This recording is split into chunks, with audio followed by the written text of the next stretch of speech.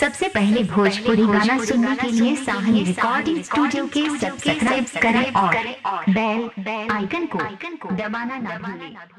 बोला बोला छठी मैया की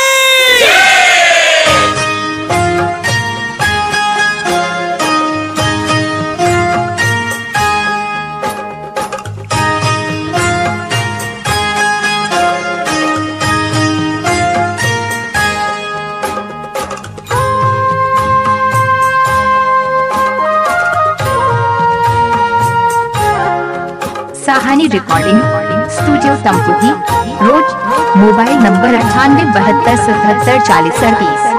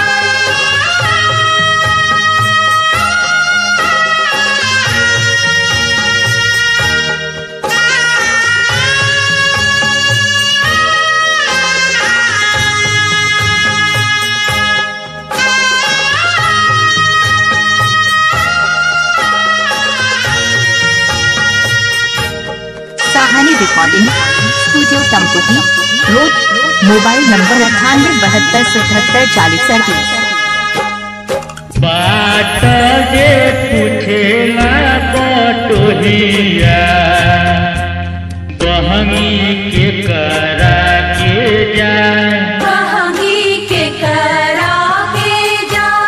तुझे आन्हर हवे रे बटोहिया बहनी छठ मैया के जाए छठ मैया के जाए मुहावा जे परी छठी मैया बहनी उनाही के जाए उनका के जाए।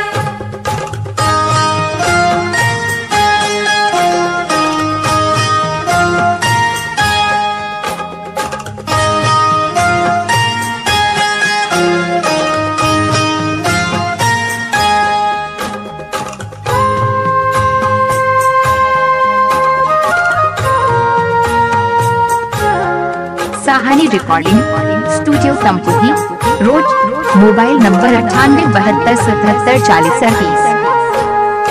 काचही बात के बहनिया बहनी लचकत जाए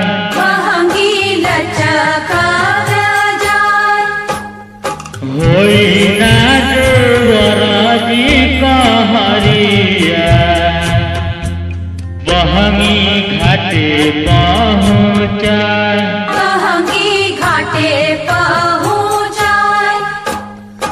उहाँ जे बड़ी छठी मैया बहनी उनका के जाए उनका के जाए।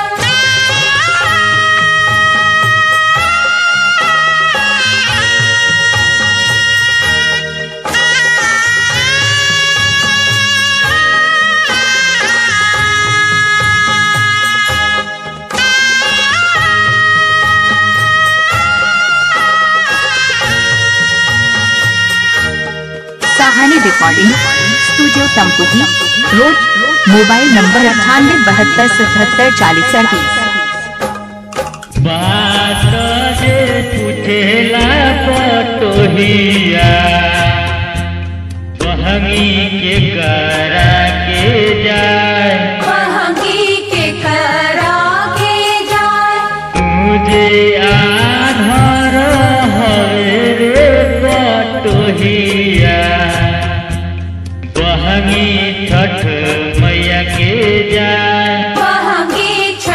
मैया के जाय उहाँ जे बड़ी छठी मैया बहनी उनका के जाय